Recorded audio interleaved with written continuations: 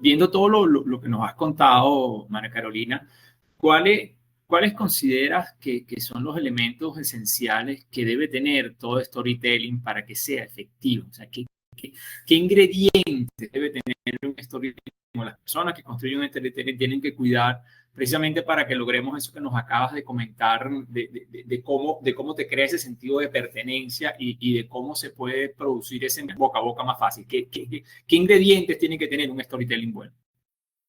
Yo te diría que debería de tener 7 elementos básicos. Uno, tener claro el protagonista, ¿ok? Ya sea la empresa, sea el fundador de la empresa, sea ¿cómo se llama? El cliente o incluso el propio producto, ¿ok? Que tú estás tratando de promocionar. La audiencia necesita tener con quién identificarse. Entonces tienes que tener un protagonista. Después, tiene que establecerse un desafío o un conflicto, un reto detrás de esa historia que tú estás contando, ¿ok? Para que las personas puedan engancharse en ese mensaje. Y ese conflicto y ese desafío tiene que tener atrás un elemento, ya sea un propósito o la motivación que te lleva a ti a que ese desafío exista, ¿ok? El propósito lo puedes asociar directamente a la razón de ser por la cual tú existes como empresa, o el reason, el why tú estás, el para qué existes tú como marca dentro del mercado, ¿ok? Y ese para qué, pues te conecta claramente con ese nivel emocional, ¿ok? Y te ayuda a revelar lo que son los valores que tú tienes como empresa. Entonces tienes un protagonista claro, tienes un conflicto o un desafío y tienes un propósito y una motivación. Hasta ahí tienes 3 elementos. Después vas a definir, o sea, el otro elemento es cómo llegas a esa transformación o a la solución de ese reto, que es claramente contar el proceso, cómo llegaste ahí. ¿Ok? Porque no siempre, o sea, no se llega al azar, se ha tenido que cumplir con una cantidad de pasos y ese camino es una cosa que a las personas le encanta, porque de alguna manera es ahí donde las personas pueden inclusive verse reflejadas, o sea, ¿qué debo hacer? Porque muchas veces te echan cuentos que no sabes cómo al final llegaron ahí, ¿ok? Sin embargo, cuando tú cuentas el camino, las personas dicen, ah, quizás yo también lo puedo lograr o yo me puedo ver reflejado en eso. Entonces, tu quinto elemento es la parte emocional o la autenticidad, es decir, que seas lo suficientemente veraz dentro de tu proceso de comunicación para que las personas puedan verlo como real, ¿ok?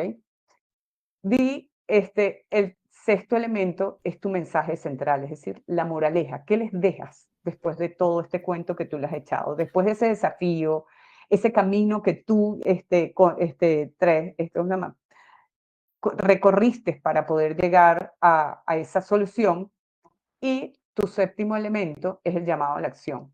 ¿Ok? ¿Qué pretendes o qué buscas que las personas hagan después que han oído tu cuento? Ya sea porque tienen que bajar una aplicación o porque tú quieres que compren o porque quieres que soliciten algo o se inscriban en algo, ¿ok? O porque simplemente pues los invites a compartir la historia que tú estás contando. Pero tiene que haber un llamado a la acción. Entonces hablamos de 7 elementos. El protagonista, estamos hablando del conflicto, del desafío, la motivación, la transformación, la solución, que es el camino, ¿ok? El sexto son la emoción y la autenticidad, la veracidad del cuento que tú estás contando, el mensaje central o la moraleja, y el último es el llamado a la acción.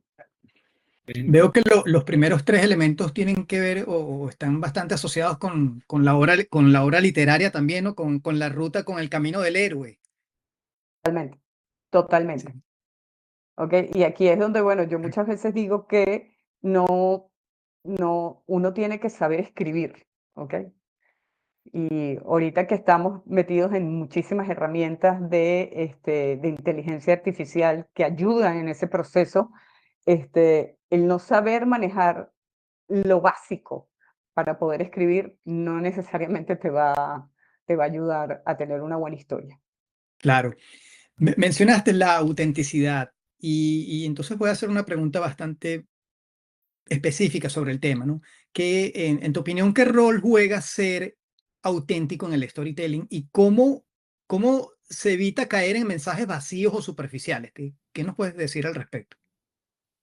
Mira, yo creo que la autenticidad te permite generar credibilidad, confianza y empatía, ¿ok? Básicamente, la autenticidad debería ser el corazón del storytelling, porque es lo que habíamos hablado anteriormente, de ese puente, ¿ok? De emociones que te va a conectar con la audiencia, ¿no? Ahora, ese puente te va a facilitar, uno, generar una confianza inmediata, dos, que conectes emocionalmente, tres, que refuerces los valores que tú tienes como marca o como empresa, ¿ok? Después te va a permitir que la inmediatez, ¿ok? Esa credibilidad, ese enganche inmediato lo tienes en el momento que tú estás expresando algo que realmente es verdad, es verídico, es fácil de entender y es fácil de creer. ¿Ok? Y lo otro es que claramente pues te conecta emocionalmente y te permite lograr el objetivo que tú quieres a través de la comunicación. ¿Ok? Ahora, ¿qué errores o, cómo evitas caer en ese vacío o en esa parte superficial que tú comentas? Uno, cuando no cuentas historias que son reales, que solamente te quedas, ya el marketing no es el marketing de los años 80, de los años 90, donde construíamos sobre eslogans, ¿ok?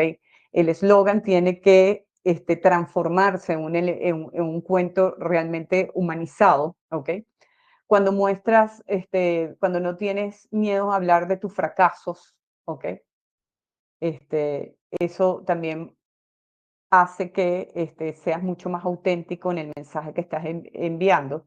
Tienes que evitar todo lo que es el postureo. La gente cada vez más busca como elementos para poderse identificar o le dan mayor credibilidad a los microinfluencers, más que a los macroinfluencers. Ya los macroinfluencers los ven así como que, bueno, sí, sabemos que fulanito de tal, pues le están pagando y está además recibiendo grandes sumas de dinero por lo que está haciendo, mientras que lo está haciendo quizás porque realmente cree en el producto.